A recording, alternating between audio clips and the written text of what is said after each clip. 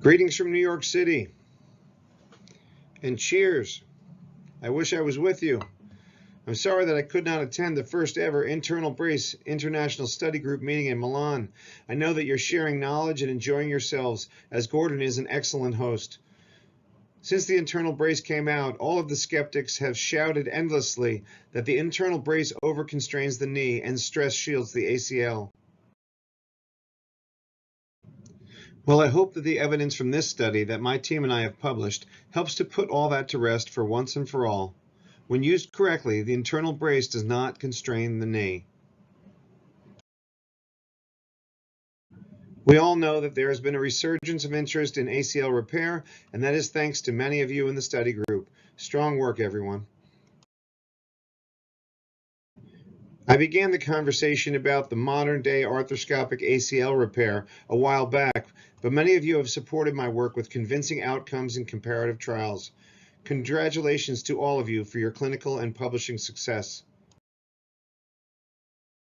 In addition to the clinical studies, strong biomechanical studies have shown improved or equivalent knee kinematics as compared to ACL reconstruction when the InternalBrace is used. As mentioned, there has been endless chatter that the InternalBrace causes overconstraint of the knee, leading to stress shielding and potentially reducing functional healing of the ACL. We all know that ACL primary repair with and without the InternalBrace improves stability of the knee. However, to date, intraoperative stability measurements after ACL primary repair to document the restoration of physiologic anterior tibial translation and to evaluate the influence of the InternalBrace for potential stress shielding are lacking. So, the objective of this study was to intraoperatively evaluate the ability of ACL primary repair to restore anterior tibial translation at time 0 and to assess the influence of the additional InternalBrace on anterior tibial translation. In this study, we recruited patients with proximal ACL tears who were undergoing ACL primary repair with my dual suture anchor technique using the InternalBrace. We standardized the block so that all patients received a neuraxial spinal block and an adductor canal peripheral nerve block, and we also had the exclusion criteria that were noted here. As mentioned, we used my dual suture anchor technique with InternalBrace, where the InternalBrace is fixed femorally in the anterior medial suture anchor, then shuttled down through the anterior third of the tibial ACL footprint and fixed extra-articularly in full extension with an additional suture anchor. Data was collected at several points. Both preoperative and intraoperative lock meter laxity measurements were collected to evaluate anterior tibial translation or stability.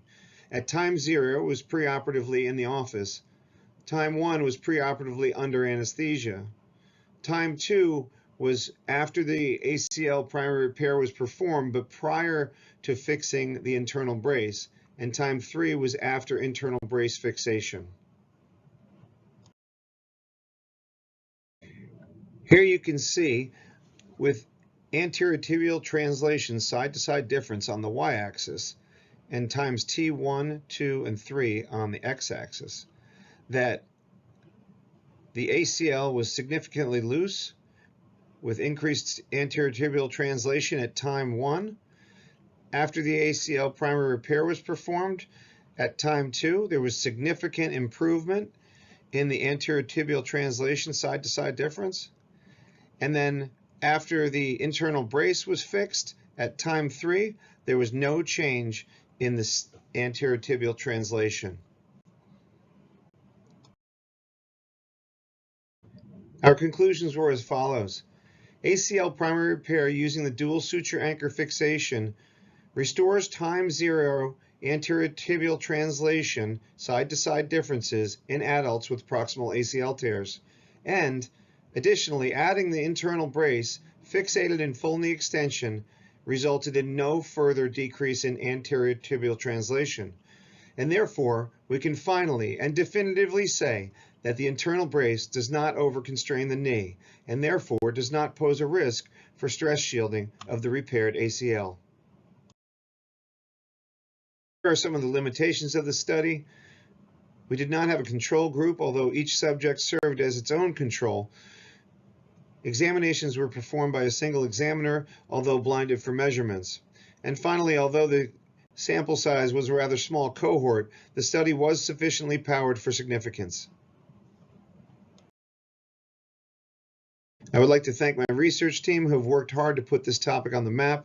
They all have very bright futures, and I have been honored to work with them. I would like to thank Gordon once again for inviting me to share our research findings. I have enjoyed getting to know all of you and collaborating on projects over the years. Let's keep pushing and not be satisfied with the status quo. We are all privileged to work on the most amazing machine that exists, the human body. And let's continue to strive to improve our ability to fix things up for our patients. I look forward to joining you at the next meeting. Cheers.